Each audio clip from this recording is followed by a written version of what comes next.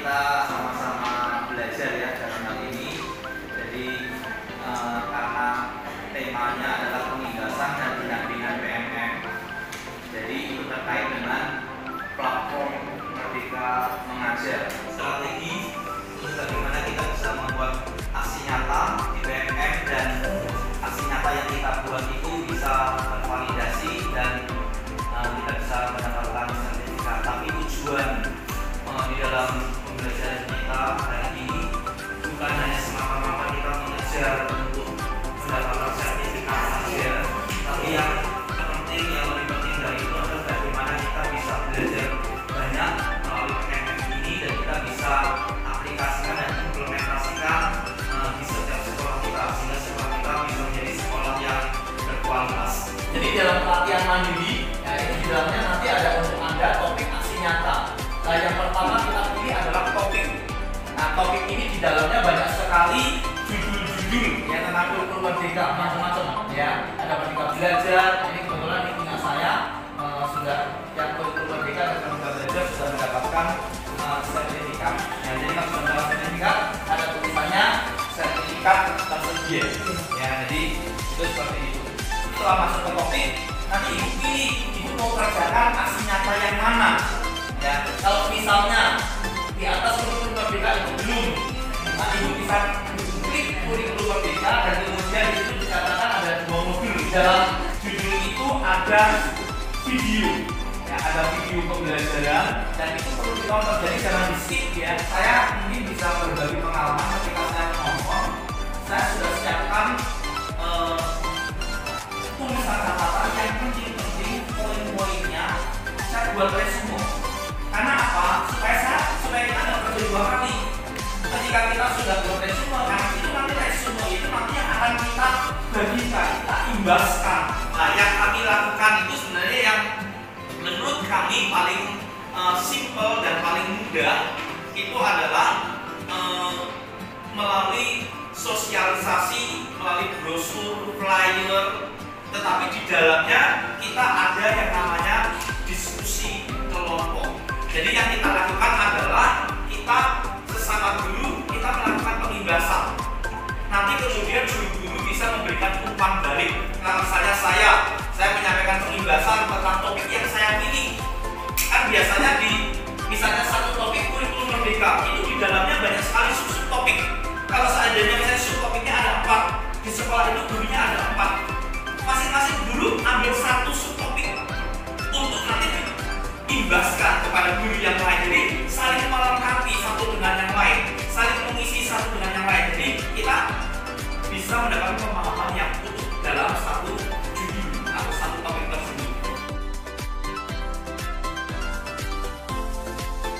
Setelah diskusi kelompok ini 5 menit, nanti kita akan praktek.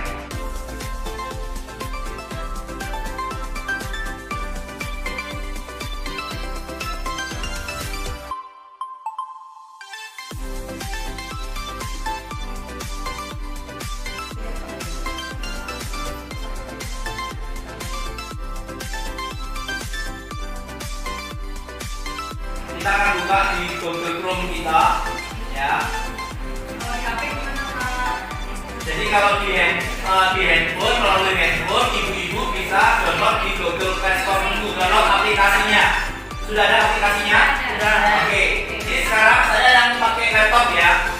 Nah, setelah kita buka Google, kemudian kita ketik Merdeka Mengajar. Enter. Nah, kemudian yang bagian atas ada laman guru.kemdikbud.go.id. Sama, klik aja yang Merdeka Mengajar.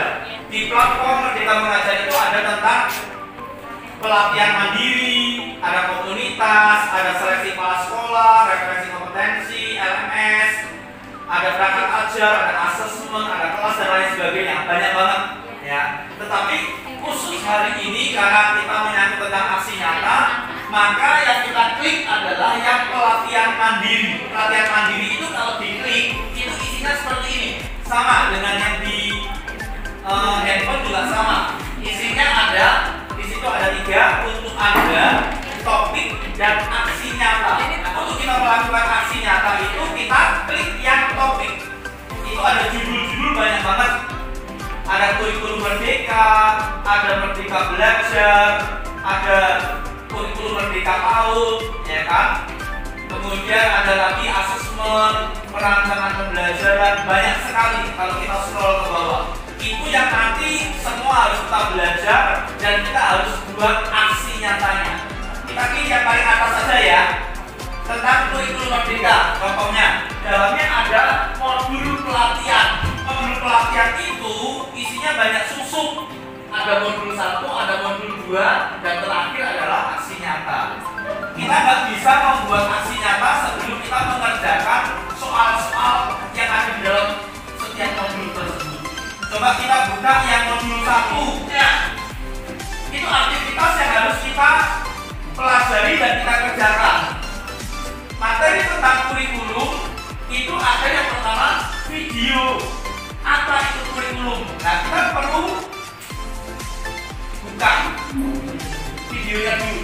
Jadi jangan mengerjakan soal, tahapannya harus nonton video dulu.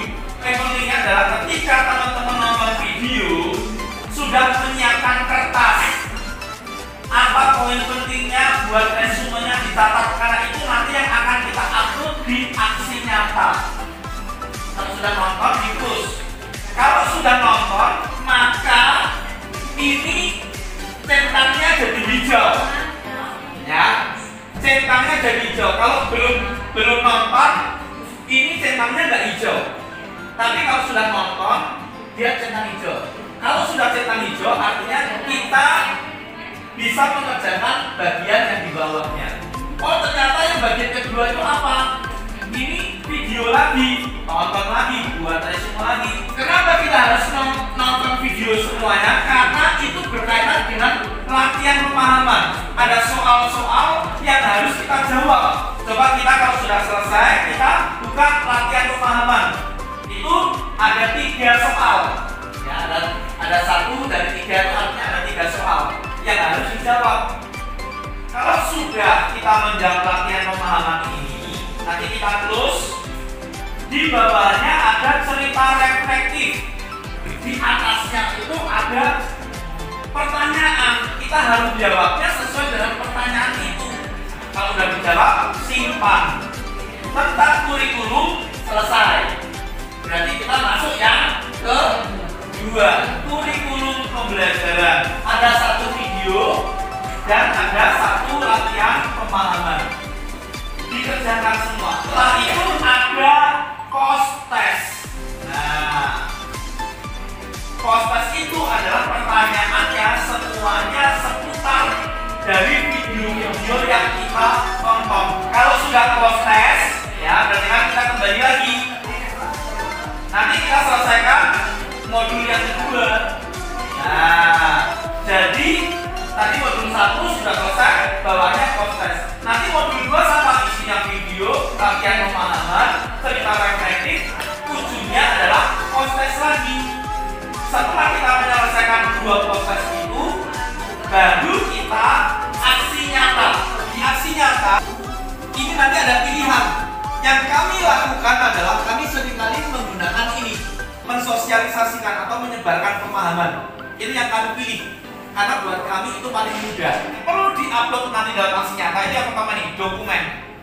Ini dari mana muncul? Dari video yang kita tonton. Kita buat resumenya seperti ini. Nah, nanti dalam pengimbasan, misalnya saya sudah tulis resume ini, saya imbaskan seperti ini kepada guru-guru yang lain. Dan itu nanti didokumentasikan, difoto. Ketika saya sedang pengimbasan seperti ini, difoto. Jadi kita nggak bisa asal-asalan, bener-bener kita harus praktek, gitu ya. Bukan dimanipulasi hanya untuk mengejar sertifikat. Dan yang ketiga, nah ini flyernya. Flyernya ini perlu dipublikasikan. Saya akan buat pelatihan guru dan kepala sekolah. Kenapa kurikulum harus berubah? Buat flyernya, buat posternya, kapan tanggalnya, jamnya kapan, di mana, siapa yang akan kita imbaskan tentang materi tersebut. Yang terakhir adalah umpan balik minimal 3. Setelah 4 dokumen tadi ya, ibu ini buat jadi satu di file Word, kemudian di save as jadi PDF. Jadi nggak sendiri-sendiri ya, ini PDF sendiri jadi satu disusun langsung jadi satu file di save as PDF. Baru kemudian di upload. Materi saya sudah selesai.